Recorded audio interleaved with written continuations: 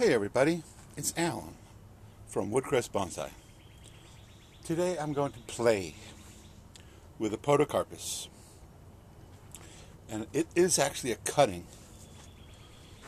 And it's in a pretty old pot. You think it's in an old pot? Look at this thing. It's pretty shabby. However, it holds dirt, so in my world, I keep it around because it still holds dirt. So this was a cutting from a couple years ago, one of the larger cuttings. And this tree is nowhere near ready to go into a bonsai pot, but I'm going to put it in a bonsai pot anyway because I want to. So this is what you would call premature bonsai potting, what I call premature bonsai potting. But you know what? That's okay.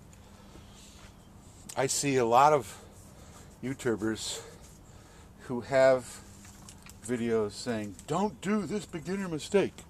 And of course, the beginner mistake is to put a tree that is really not developed as well as it could be into a bonsai pot too soon. And so why is that considered a mistake? Well, mainly because once you put a tree into a bonsai pot, you limit its ability to develop more, to develop faster. So if I really wanted this guy to develop really fast, I would put it into a much larger pot. I would take it out of this pot, put it into a 10-inch bulb pan, and then maybe into a 14-inch bulb pan, and just let it grow and develop and thicken the trunk, and then give it a major cutback, the way I do with a lot of things. And then you'll have a tree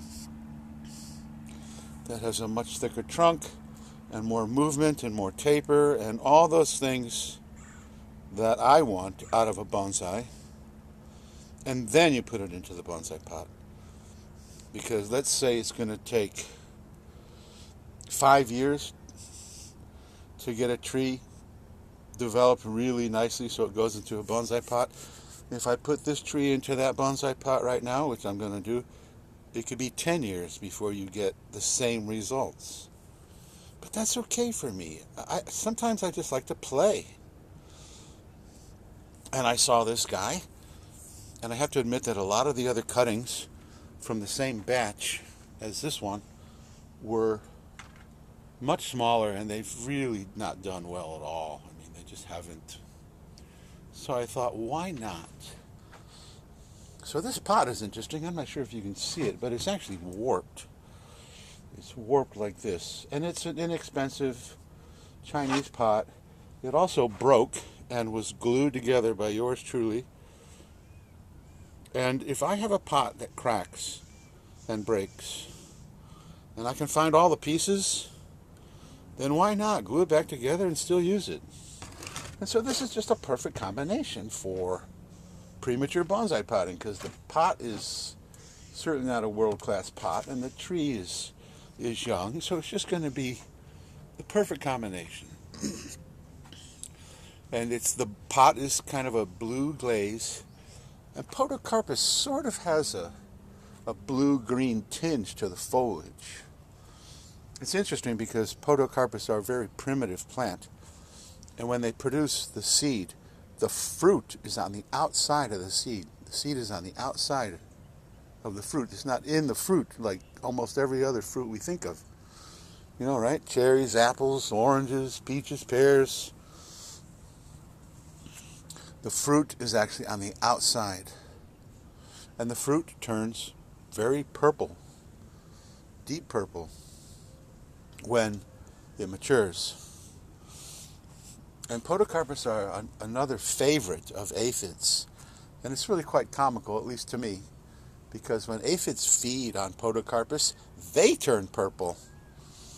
They actually take whatever the sap, whatever pigments that are in the sap, that I'm sure also have something to do with the purple ripening of the fruit, and the aphids themselves will turn purple, which is pretty funny. This guy is aphid-free, and it's also the large variety. It's just the typical landscape plant that you see, and this Podocarpus in Florida are super, super popular landscape plants. They grow slowly, but they could be trimmed to a hedge. My neighbor across the street has two massive ones with trunks about 6 inches across, and oh my God, I'd love to snag those.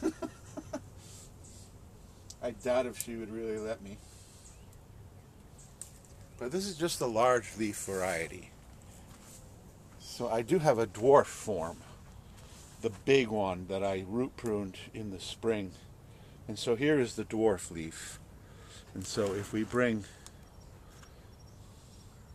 the two plants together, you can really see the difference between the dwarf and the large leaf variety. And you can do some leaf miniaturization. And once again, I'm not going to worry about that. Another reason a lot of the new growth is so long and crazy is because it was growing in a certain amount of shade. So as the leaves were developing, they elongated to try to catch even more sun. So I will put this guy back in some shade just to keep it from stressing too much. But if you're a beginner and you want to take a tree that's really not developed the way it ought to be, remember there are certain rules for bonsai, and one of them is that the thickness of the trunk should approximate the depth of the pot. So this pot is easily 1.5 inches across, and the thickness of this trunk is 3/8, not even half an inch. So it's not even close to being the proportions that convention tells us. And once again, to get a Podocarpus with a trunk this big would take many years. If you put it in this pot, it'll take even longer. But I'm not worried about that. I'm really not. And then we need to look at the tree. Hopefully the soil doesn't all fall apart. But we're going to do it anyway. I'm going to look at the roots. This was a cutting. Come on, baby.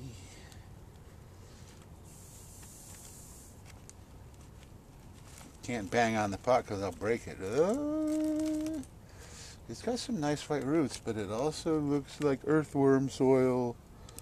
Earthworm soil. You might ask yourself, if you've got a plant that's growing on a bench its whole life, how do earthworms get up into it? Well, typically what happens is I'm using my own homemade landscape mix, which has a lot of leaves, and that's just in a compost bin. And so the leaves can harbor earthworms that then lay eggs. So now you're taking soil from my leaf compost, and then I sift it through the strainers and use it as my organic mix, and there may be earthworm eggs in that soil. And so then the little babies hatch, and they've got the perfect environment to chomp on all that soil. So we will figure that out here. I plan, wonder if I can find an earthworm. And it's not that bad, because earthworms in a pot like this can really do some major damage. So now we've got to look at the front of the tree. You know, I don't know, and I'm just very suspect with these roots. They don't seem to be very stable, so I'm putting it back in the pot. Just for now. So where's the front of the tree? If we spin it around. So I'm thinking either this is the front. You know, we've got a nice branch coming here. We've got a nice apex, although it's all moving away from us. Of course, that can be rectified by just planting it like that. So that now we've got, this is pretty much straight up and down, because even like this, even the main trunk is moving away from us. And it's just leaning. And mainly because it really hasn't been attended to. It was a cutting that rooted, and then it was stuck in this pot, and then it was stuck away in those areas where I say, I'll get to it one day. So, nothing that says that we can't make it more upright like that. Of course, now we can't even see the top. Of course, we can rectify that too with the magic of technology. My $15 tripod. I decided I was going to go buy a tripod, and I didn't want to spend $987 on a tripod. So one of the big box stores had one, $19.99. It's a cheap thing, but it works. So I said, $20, you can't beat it. So I went there, and it was on sale for $14.99. So I got my tripod for only $15. Okay, so now any other front, I think, if you want to keep this branch, is just not going to work. It's either going to be this side that we just showed you, or this side like this. And that makes a pretty nice front too. And I'm not going to do any pruning or trimming or removing of any branches or leaves or anything except one, and that is, if we can come in here, the stump right here. This tree did get a cutback right there. So I'm going to take my concave cutters and just, why can't I get in there?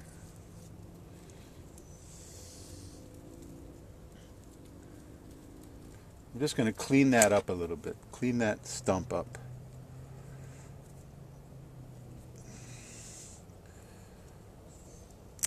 There we go. So much nicer.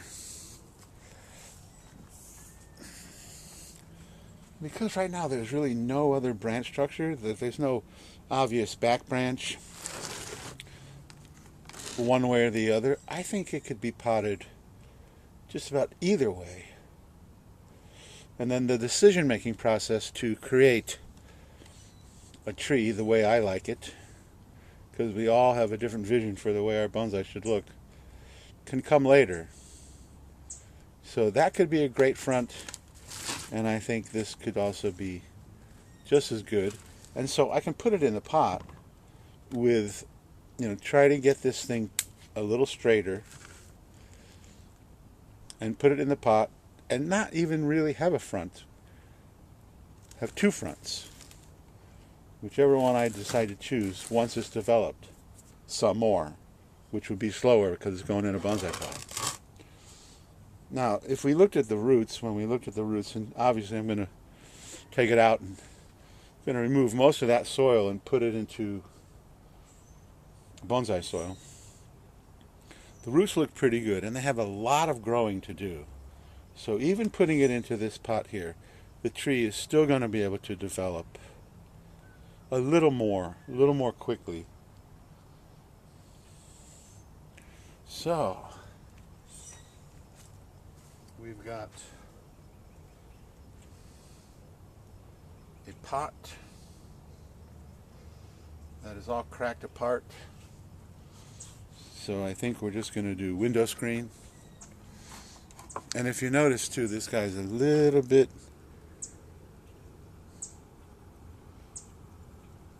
what would you call it, unstable in the pot, so he may need to either be wired into the pot or some stones, and I'm probably going to opt for stones.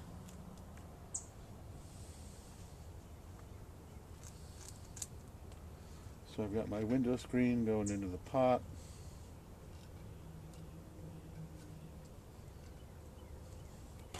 And then all I really need is to get my bonsai soil, very gently work on the roots of this guy, and put him in the pot.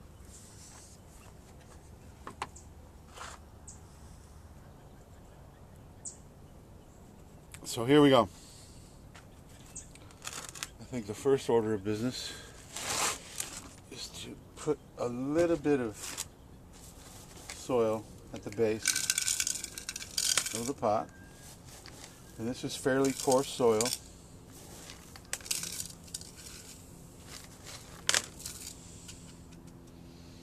And let's get this guy out of here. And I brought my root hook, although I really don't think we're going to need it. Should be just as easy to just squeeze with my fingers. And this is very definitely earthworm soil. You can see how it's just degraded into kind of a mush.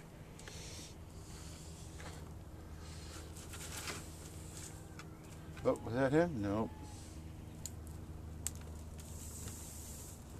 And when this tree was potted up, I feathered out the roots so that they emanated from the trunk in a 360-degree radial. And they're still looking pretty good like that.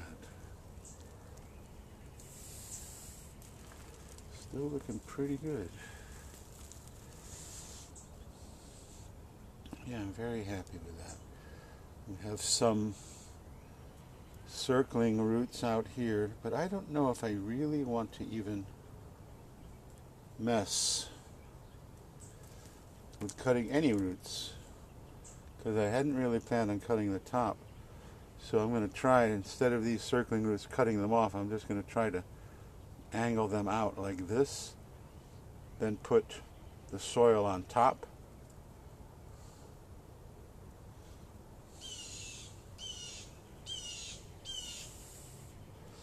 And with any luck, I won't have to prune any roots. That's looking pretty good. Okay, now once again, there isn't not going to be a front either way. And I think I'm going to go like this here. So I need a little bit more soil. And I did not find an earthworm, although it's classic earthworm soil. And that'll go back on my compost that I use in my garden, because obviously earthworms in the garden are fantastic little critters. Earthworms in bonsai pots are the last thing you want.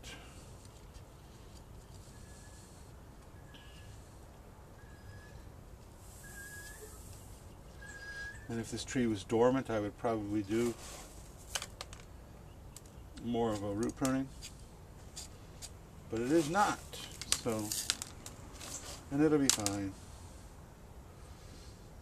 The next time I do work on it, I'll be able to take the rest of those circling roots.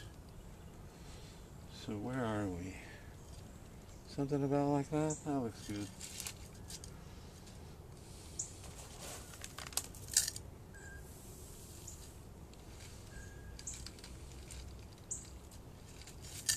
It's definitely going to need some rocks.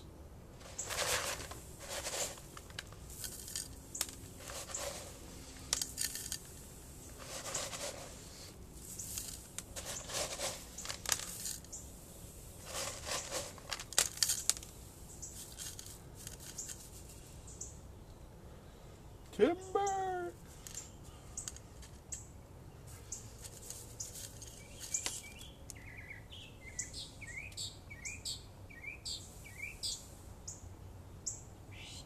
Okay, and I've got two nice hefty rocks that should keep it stable quite nicely.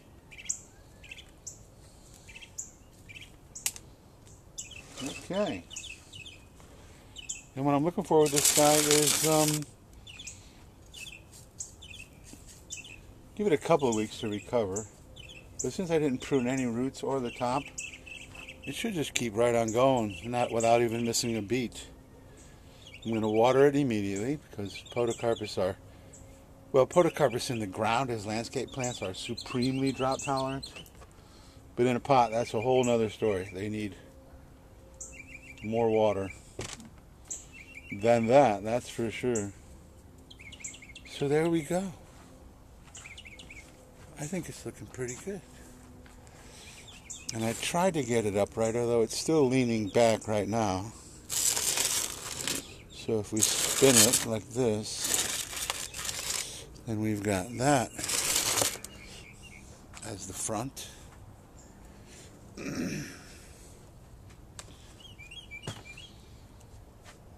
But I think that's pretty good.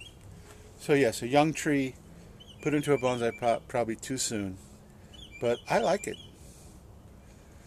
And so if you're new and you're and you're just dying to put some trees into bonsai pots, I don't call it a mistake as long as you realize what you're doing.